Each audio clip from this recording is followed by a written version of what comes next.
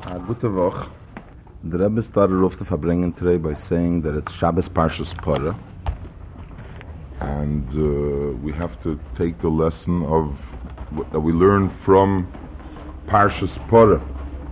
Since it's a special Shabbos during the year, and it happens only once a year, so obviously the lesson that we learned this year should be from the specialty of Shabbos Parshas Parah.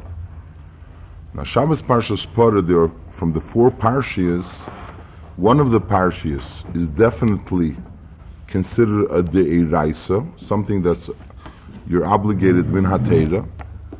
Parshas Parah, there's a machlekes whether or not it's considered min haTeira or not, and the other two parshias are considered that they're only the chiyuv is midrabon. So the Rebbe asked, and he mentioned again what he asked previously, which was on Purim. What's meant by saying that Shabbos Parshas Zocher is min haTeira, and Shabbos Parshas Parah there's a machlekes whether or not it's min haTeira? Because in reality, from the sheish schiras that we say every day, one of the sheish schiras is the idea of schiras amolik, and we read in the sheish schiras that we mention after davening, that's printed in the Siddur, right after the Vayedaber that we say in Rabbeinu Tam's tefillin, that we also say the Sheish Schiras normally in Rabbeinu Tam's tefillin. We say the entire parsha of Zocher as it is mentioned in Chumash Dvarim in Parshas Kiseitzei. So obviously, what is the idea of Zocher? Zocher means to remember what Amalek did to you. Now, by saying the parsha of Zocher every day, obviously we are being mekayim the mitzvah sesim in haTeira of schiras Amalek, of remembering what Amalek did, and that's something that we're mekayim every day. And in fact, even the Shabbos that we actually read parsha Zocher, we also say the sheish schiras after davening, and then we're also mekayim in haTeira the idea of schiras Amalek. So what's this idea that you say that the Shabbos Parshas Zocher is min haTeira? In other words, what kind of chiyuv min haTeira is added or is accomplished by reading it in the Teira Barabim? And the question is even stronger, as the Rebbe mentioned today. That in reality, this Shabbos Parshas Zocher, what do we read? We read the parsha of Schiras Amalek as it is in Kiseitzei. Parshas Parah, we read the parsha of Parah Aduma as it is in Chumash Bamidbar and Parshas Chukas. The only thing that's added as opposed to every day is the fact that it's read barabim, it's read with a minyan in a sefer Torah, and everyone's listening to it at the same time. Now in reality, there are certain things that a minyan is important for it or is necessary. For example, we find the pasuk says v'nikdashti b'teich b'nei Yisrael. So we learn now that it means that the Kiddush Hashem has to be in front of a minyan, or Kedusha could only be said in front of a minyan. Certain parts of davening could only be said in front of a minyan. As we learn now, ein eida pchusa me'asor, that when it says b'teich hadas b'nei Yisrael, so an eida refers to at least 10 Jews. But that's only something that's connected to davening. Over there, there's a specialty that there is a minyan. Over here, what's the specialty that you need a minyan for it? And in fact, the question is even more than that. Schiras Amalek, the chiyuv of Schiras Amalek is not the actually mentioning of Amalek. Basically, the idea is to remember Amalek. Now, the way to remember Amalek is through mentioning it. So the mentioning it is really only a hagdama in order to be able to remember it. So what's the difference if it's mentioned biyechidus or it's mentioned barab? And in the same way, and the question is even stronger, because Schiras Amalek is mentioned barab, not on Parshas Zocher. It's mentioned when we read Kiseitzei in the Chumash. So there are those that explain that it has to be mentioned at least once a year. It is mentioned once a year. And it's mentioned once a year with a minyan, barabim, in a Sefer Torah when we read Kiseitzei. And the same way Parshas Parah, we also read when it comes Shabbos Parshas Chukas. So there was a takonas chachamim to read Arba Parshas. And this Takanas Chacham was to read it at certain times of the year. So the fact that there is a takana and something is accomplished by it is certain. There's no question about it. The question is only when we refer to it as being a mitzvah min hateda.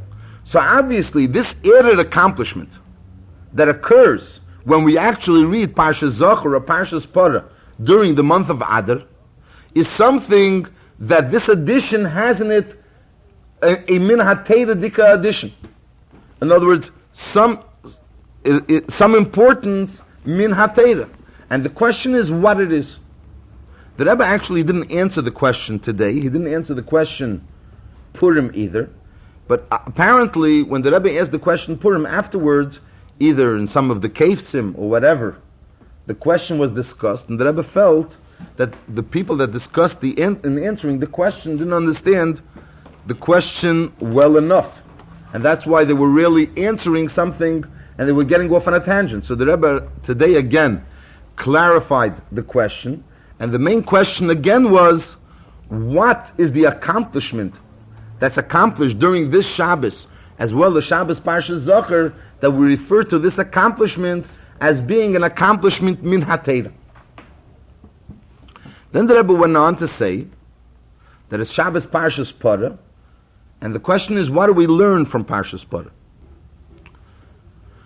Obviously, the parsha that we read in Shabbos Parshas Parah is the parsha that deals with the burning of the Parah Adum and how we and the various different procedures that was involved in performing the mitzvah of Parah Aduma. Now, the Parah Aduma, after it was burned, was divided into three parts. There was the part that was used actually to spray on those people that were tummy. There was also the part that was put, limishmeres, l'deiresam, that was put in the Mishkan. And there was another part that was kept, and that they used to use it, that the other potters that were burned at later time, as the Rebbe mentioned, that until today, 9 potters were burned. There were 9 potters that were burned. In other words, this mitzvah of Parah Aduma, of taking a red cow and burning it and using the ashes in order to cleanse those people that became tummy through a mess, this mitzvah was performed 9 times throughout history. And the 10th will be performed by Mashiach when Mashiach will come. So, in reality, what happened was that part of the original parah of Moshe Rabbeinu was used for each parah that was used throughout history. In other words, besides the ashes from that particular parah, they mixed other ashes. And not only they mixed the ashes from the original parah, but they also mixed the ashes from the other parahs. In other words, when it came to the second parah, they used the ashes of the first parah. When it came to the third parah, they used the ashes of the first and the second, etc., etc. All the other parahs, it's b'diavad. If they don't use all the parahs, it's also kosher. But obviously, as the Rebbe mentioned today, that when Mashiach will come, so the mitzvahs won't be performed in a b'diavad manner, but it will rather be performed in a l'chatchila manner. So what will happen is that they will use all the parahs that was used throughout the generations for that parah. The Rebbe brought out that this teaches us the idea of Achdus Yisrael. How Jews are not only, as the Rebbe mentions many times, that there's a mitzvah of V'ahavta l'reyacha kamecha, that you should love your fellow Jew as yourself. But nonetheless, when you love him as yourself, there is you and the other person, they remain 2 separate entities. It's just that you have an ava for that particular person. The idea that the Rebbe always emphasizes is Achdus Yisrael, that not only Jews have an ava one to the other, but rather that they become one thing mamsh, that they become echad. And this idea of Achdus Yisrael is symbolized by the idea that all these parahs, that the parah that's used in a future generation is not only something that's used from that particular generation, but rather they are also using the para, and they become part of one thing, so to speak. The ashes go together, and they become so united that they become actually one. And when you're going and you're actually taking these ashes, and you're cleansing a Jew in this generation, you're not only cleansing him from a potter, from the ashes that was made in that particular generation, but rather these ashes were put together with the other ashes. As the Rebbe went and elaborated a little more in the second Sikha. On this point, the point of Achdus Yisrael, which is emphasized through the Para Aduma. And this Achdus Yisrael brings out, could accomplish the type of Tara which Para Aduma could accomplish. In other words, we find that the Medrash tells us that when Moshe Rabbeinu heard about the Tumah called Tumas Mes, so the Medrash says, Niskarkemu Ponav Shel Moshe. Moshe Rabbeinu became in a state of that he couldn't understand how is it possible that such a tumah should be cleansed, until the Eibishter told him about the idea of Para Aduma. So in other words, we see that Para Aduma is accomplishing a Tara, not a regular Tara, a Tara which could normally be accomplished just through by immersing into a mikveh, but rather it's a Tara which of a tumah that Moshe Rabbeinu, when he heard about this tumah, couldn't understand how could someone become Torah from this tumah. And nevertheless, through the Para Aduma, you could accomplish this Tara. Now, over here we see even more than that, the importance of Achdus Yisrael, that in order to cleanse someone from a type of tumah, that Moshe Rabbeinu, so to speak, was difficult for him to understand how this tumah can be erased, can be cleansed. And that could only be done through the Para Aduma, which symbolizes and also emphasizes the idea of Achdus Yisrael. Now what happens by Para Aduma is, it says, V'nosen mayim chayim el keli. In other words, when you took the ashes and you sprayed it on the person that was tamei, there were two things. There were ashes and there was water.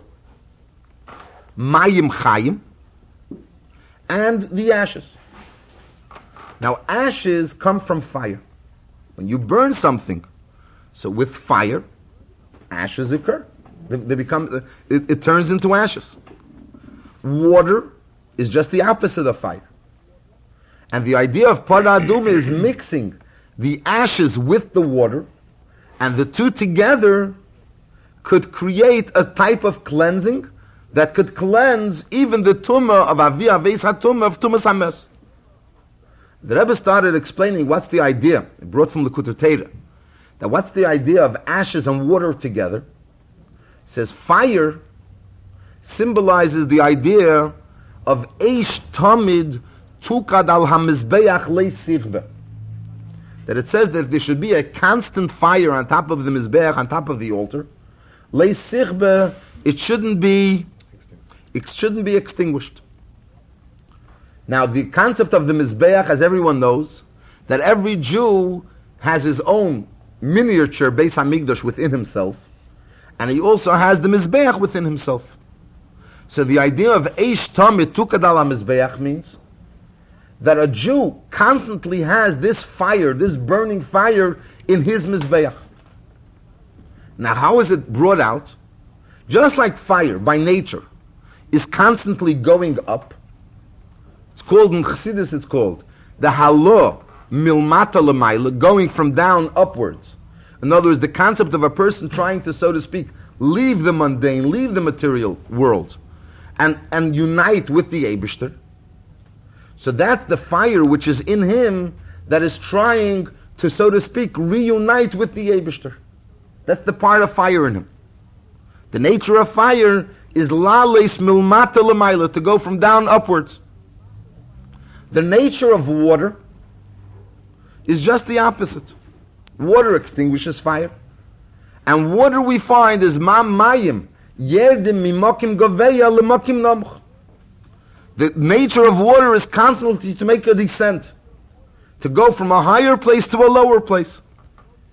Which in Avedas Hashem, in the Lashon of Chassidus means there is Ratzui and there is Shuv.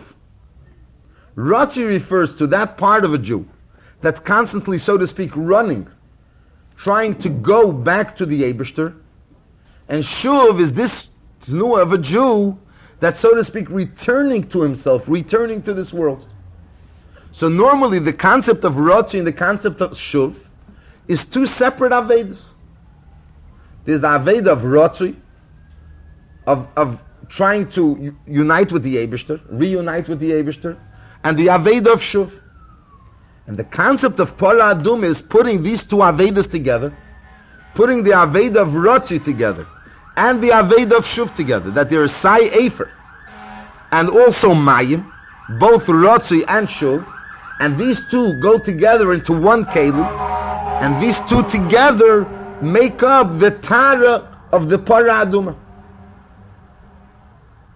which obviously comes from a certain bittul, as it explained in Chassidus, that there's a certain bittul to the Eibishter that's higher than the Ratzi and then the Shuv, and therefore they could be united one with the other. The Rebbe brought down also, the Gemara says in Chgiga, that Arba nichnesu lepardes, that there were four that went into the garden, so to speak, that they went in and they started learning about Kabbalah and about higher worlds, and they were going to see higher worlds. Amongst them was Rabbi Akiva. So some of them, there were four that the Gemara mentions there. So the other of the four, the three of the four, something happened to while they were there. Rabbi Akiva, on the other hand, it says, Nichnas b'shalom v'yatze b'shalom. He went in peace, and he left in peace. Now the question is, what does it mean, Nichnas b'shalom? The accomplishment of Rabbi Akiva, as opposed to the others, was the fact that Rabbi Akiva was Yatza b'Shalom. The fact that Rabbi Akiva left in peace. But the fact that he was Nichnas b'Shalom, that the fact that he went in peace, that was something that wasn't an accomplishment. That was all of them were Nichnas b'Shalom. So the Rebbe explained today, as he explained previously, that the accomplishment of Rabbi Akiva was the Nichnas b'Shalom. In other words, his knisa, his entrance into the Pardes was in such a way that later on he left room that there should be able to be the Yatze b'Shalom. In other words, his Ratzui was such a Ratzui that left room for the Shuv. So therefore, the Nichnas is called Nichnas b'Shalom, because his Nichnas was different than the Nichnas of the others. So the Rebbe explained the same idea, that you have the Efer and the Mayim together. So in other words, you're putting the Efer and the Mayim together, which are leaving room for the Shuv originally. And through this, you could accomplish the Tara of the Para Aduma, the Tara of the worst type of Tumah. As the Rebbe went on and mentioned that eventually you come to Bayim Hashmini, because we find that amongst the Arba Parshiyas, between the first and the second Parsha, there could be a hefsek, as there was this year, I believe. That Shabbos Mevorchem Oder and Shabbos Parsha, in other words, Shabbos Shkolim, between Shabbos Shkolim and Shabbos Zocher, there could be a hefsek. And the same way between Shabbos Zocher and Parshas Parah, there could also be a hefsek. But between Gimel and Dalid, there can't be a hefsek. Between the third Parsha and the fourth Parsha, there can never be a hefsek. In other words, the third Parsha is always right before the fourth. The fourth immediately follows the third. The fourth Parsha is connected with Achedesh Azel Lachem Reish Chodashim, connected with Chedesh Nisan, which Nisan is a Chedesh Shel Geula. And in fact, the Gemara tells us in Brachas that someone sees the word Nisan in a dream, so he knows that Nisei Nisim Nasulei, that to him will happen miracles of miracles, because the Nun represents miracles. And when he has two Nuns, as in the word Nisan, there are two Nuns, so it refers to special types of miracles. So the Rebbe concluded the Sikha with a bracha that since Ben Gimel Adalid Leyafsik, so since between the third and the fourth Parsha there's no Hafsik, So immediately after the third, we come to the fourth. So we don't necessarily have to wait the entire week to come to the fourth. But we should come immediately to the fourth. And to the idea of the fourth, which is a Chedesh Hazel Lachem Reish Chodashim, coming to Chedesh Nisan, which is a Chedesh Shel Geula, and we should have the Geula B'mheira V'yameinu. That was the conclusion of the first Sikha. The second Sikha, the Rebbe discussed again went back to the idea of Parshas Parah. The Rebbe started saying, again referring to the idea of Parshas Parah, and again a little more elaborating on the idea that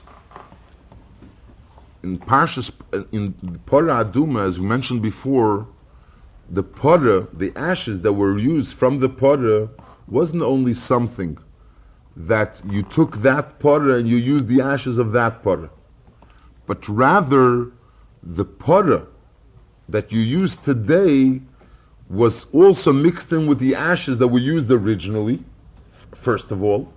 And secondly, the ashes of this Parah will not only be used today, but it will eventually be used for the following Parah, etc., etc. So in other words, when we think about burning of the Parah, we think about two things. First of all, three things really. First of all, we have the Parah that we're using right now. But the Parah that we're using right now is taking its strength from the Parah that was done originally, from the Parah that was burned originally through Moshe Rabbeinu. In other words, it's referred to as the Parah Sha'asa Moshe. And as the Rebbe mentioned, it's not that actually Moshe burned the Parah. Because as the Pasuk tells us that the one that actually burned the Parah was Elazar HaKohen. But Moshe conducted, Moshe was in control. And he also gave the instructions on how to burn the Parah. So that's why it's referred to as the Parah Sha'asa Moshe. And secondly, this Parah that we're using today, besides the fact that it's getting its strength from the original Parahs, but it will also give strength to the future Parahs. Which shows us, in a certain way, what we have when we serve Hashem, and also our achrayas towards service of Hashem. In other words, when a person sits down and he wants to serve the Eibishter, and as the Rebbe mentioned, that when a person learns Tanya, and he finds out that through his Avedas Hashem, he will have an effect on the Dira B'Tachtenim, that will be accomplished through Mashiach's coming. So a person starts thinking to himself, how will my Aveda eventually have an effect and cause the coming of Mashiach? And the idea of Mashiach is not something which is supposed to be far in your mind. The idea of Mashiach is something that's supposed to be very relevant, very, very close to you.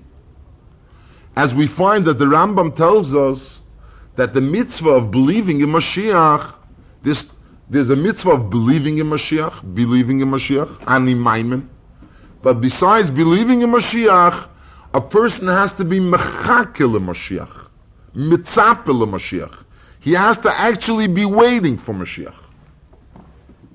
And the difference between Amunah and Mitzapeh is the Maimer Chazal tell us that a ganef, there's an expression, ganva apum machtarte rachmone karya, which means ganva refers to a ganef, apum machtarte means on the mouth of the machteres. A ganef is going and he's in the middle of digging under a house in order to be able to steal money from that house. Habab b'machteres. So he's praying to the Eibishter that the Eibishter should give him hatzlacha in this what he's doing now. Ganva pumachtarte, the Ganav is at the mouth of the machteres, and Rachmane Karyeh, he's calling to the Eibishter to give him hatzlacha. Which means that he has Amunah, obviously, because if he wouldn't have Amunah, there wouldn't be any point in him praying to the Eibishter. But on the other hand, what is he doing? He's being a Ganef. So we see over here that Amunah is bepchinas makif. It remains very far from him. It doesn't in any way interfere with his day-to-day life. When a person takes this Amunah, and this Amunah is not only Amunah bepchinas makif, but it actually becomes mechakel b'yasi. He's waiting for Mashiach, so that's when he's bringing down his Amunah more into a pnimisdik part of him. That's the difference between Amunah and mechakel. So when a person thinks about how his Aveda will help bringing Mashiach, so a person starts thinking, what am I, and what am my Aveda as a Yochid do for Mashiach? So on that comes the teaching of Para Aduma, and it tells us that when a person thinks about what's happening with Para Aduma, a person realizes that this Para Aduma was made possible through a previous generation. In other words, it's not something that you're coming along, you're doing on your own, and it has nothing to do with the past, and it has nothing to do with the future. It's only something which is in the present. The present today is dependent on the future, on the past. Because only through the Parah Sha'asa Mesha was this Parah possible. And in the same way, the Parah that we're making today, in other words, not we're actually making, in other words, the Parahs that were made, help for the future Parahs. And so it had a direct connection to what happened in the future. And as the Rebbe always mentions, the expression that it's Kenanis ha'emed al gabi anok, which means Nanis means a midget, and Anok is a giant. So a midget could see his vision is obviously very limited because he's so short. A giant, he could see much further because there's less obstructions, there's less things blocking him. But when the midget gets on top of the giant, so not only the midget could see as far as the giant, but he could see even further than the giant, because he's a little higher than the giant. But so he's not higher than the giant in his own right, but considering that he's standing on top of the giant, he's a nanis, ha'emed al gabi anok. So it gives him the possibility to see even further than the anok. So the same way, we're basing our Aveda not on our own, but just like by the Parah Aduma, which was put away Lemishmeres. So the Parah Aduma of the previous generations helped for the later generations, and the later generations later on built their Maisim based on the Aveda of the past. In the same way, so we learn out from this Parah Aduma and Aveda B'chlal that our Avedas Hashem is based on the Aveda that was done in the previous generations. And how far to the previous generations? So we go to as far as the Ovis. When we think about where we're actually coming from and what we're basing our Aveda on, so there are the Shvatim. But obviously the Shvatim, not everyone is from each Shevet. So you have to know which Shevet you're from, to know which Shevet you're basing your Aved on. But as far as the Ovis is concerned, it's Ein Keren La'ovis Ela L'Shleisha, that there are the three Avram, Yitzchak, V'Yankov, that are the Ovis of all Jews. And as it says in Chassidus, that the Ovis give ear to the Aved of all the Jews. So when we think about our Aveda today, and we think about what our Aveda could accomplish, there's two things. First of all, the importance of our Aveda. Because our Aveda is not based on ourselves, but rather it's based on the Aveda of the Ovis. As we say in davening, that there's a Likei Avram, a Likei Yitzchak, Velikei Yankov. That there's the Eibishter of Avram, the Likus of Avram, and the Likei Yitzchak, Velikei Yankov. But it's not only that there was their Likei, so to speak, but it becomes a Likei Nu. As we start off the davening, a Likei Nu, Velikei Aviseinu. Because our Likei Nu is based on the fact that it was a Likei Aviseinu. So on one hand, we think about the importance of our Aveda, and because of the fact that our Aveda is based on the Aveda of the Yavis. And on the other hand, we think about that our Aveda is not something which will remain only in this generation, but rather, just like in the Para Aduma, the Para Aduma that they made in one generation came from the previous generation and it affected the future generations. In the same way, our Aveda affects the future generations. And eventually, as it says in Tanya, that our Aveda today will have the effect on the type of Gilia Likus that there will be when the Mashiach will come.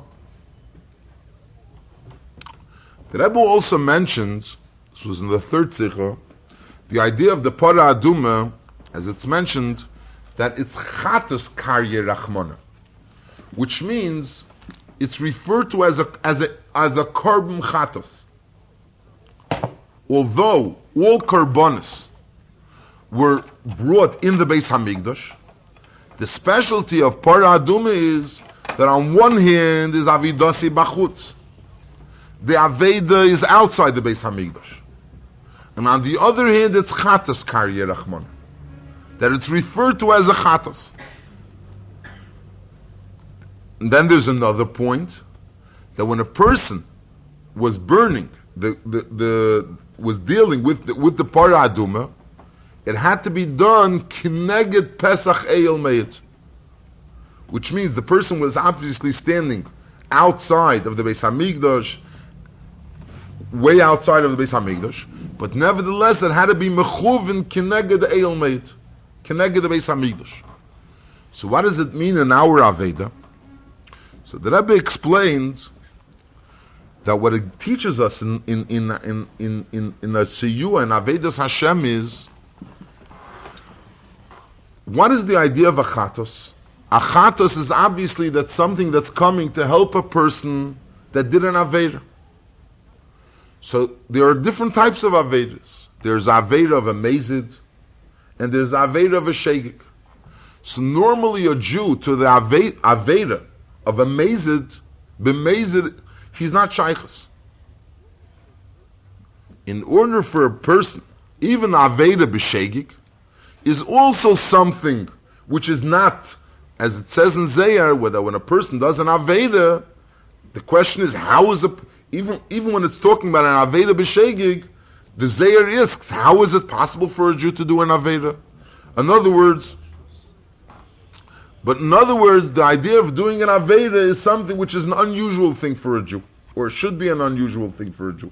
By nature, it's not part of something, it's not a routine thing. But if for some reason or another a Jew did an Aveda, so that's when he needs a Chatas. Now the question is, if a Jew is type of Jew that needs a Chatas, so obviously he's Bachutz. So in other words, he's outside of the normal routine type of Jew, so to speak. Now the question is, could he also build a Beis Hamikdash? Could he have a connection to the Beis Hamikdash? We know that every Jew is supposed to be connected to the Beis Hamikdash. As it says, V'shachanti b'seichom, v'osu li migdash v'shachanti b'seichom, b'seicheli nemar. It doesn't say in the singular, but rather b'seichom in the plural, which means b'seich kolechad v'yechad, that every Jew is a Beis Hamikdash. And the question is, how could this Jew be a Beis Hamikdash? If this Jew would be a tzaddik, so he could be a Beis Hamikdash. If this Jew would at least be a Beinani, so he could also be a Beis Hamikdash.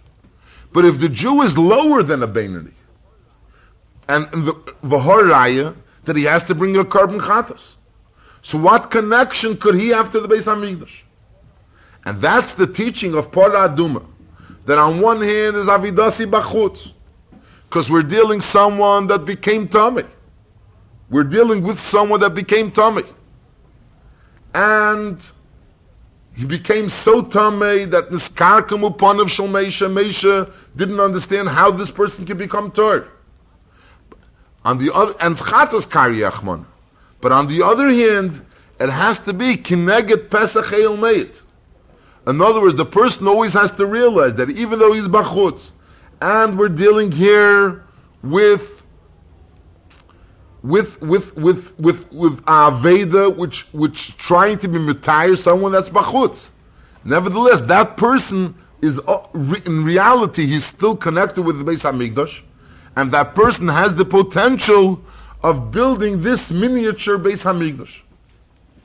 The Rebbe concluded with finishing off that we're going to read Parsha Shmini. And Parsha Shmini is talking about Vahi Bayem HaShmini, which was Rish Chodesh Nisan, the Yem Shenotel Eser HaTorah, that took 10 crowns, so to speak. And the Rebbe finished off that Mashiach will certainly have an HaTorah, certainly have a crown, because there's many questions about how Mashiach will actually come, whether Mashiach will come as an Oni V'reichav ala Chamer, or whatever. There's other different ways that Mashiach could possibly come, but it's certainly the Mashiach will be a Melech, and Mashiach will certainly have a crown. That I will conclude with the bracha that Mashiach should come with all the Ataris, and we should be able to prave Rish Chodesh Nisan and everything that comes afterwards in the Beis Hamikdash, B'Geula Hamitis V'Hashleim. Amongst the things that the Rebbe mentioned, I just forgot exactly where it was. The Rebbe mentioned the Yerushalmi, that it says that Mashiach will come suddenly. That Mashiach will come Kayelas HaShachar, that it will come just like the morning, that the morning doesn't come all of a sudden, it's night and then it becomes morning. But the morning comes gradually. In the same way, Mashiach, the light of Mashiach, will also come gradually. So the Rebbe said that Yerushalmi was possible years ago. So it could have been that it should come gradually. But now, it's a Dover HaPoshet, that Mashiach will come at one time, and it will come only, as it says in Rambam, that Mashiach will come, it will be Miyad Hein Nigolim, that the Geula will come at one time. The Rebbe was speaking Behemshech, when we mentioned before about the idea that a person believes in Mashiach, and not only he believes in Mashiach, but he's actually waiting for Mashiach. Amunah is not something b'pchinas makif, but he's waiting for Mashiach, so he's waiting for this revelation to come, not gradually, but rather it should come at one time. A gute Woche. Took Asar HaTorah. Still on tape? It means there were 10 things that happened on that day. One of the things that happened was Akamas HaMishkan. It was also Sunday. It was the Yom Rishon L'Maaseh Bereishis. And the Rashi mentions a few, and he brings from Seder Elam another few. Does it necessarily imply that since there were 9 paras used already, that it was only used 9 times? I mean, it could be used more than one time each para. No. Well, obviously, there's a certain amount of ashes that comes from each para. So there were 9 paras that were needed.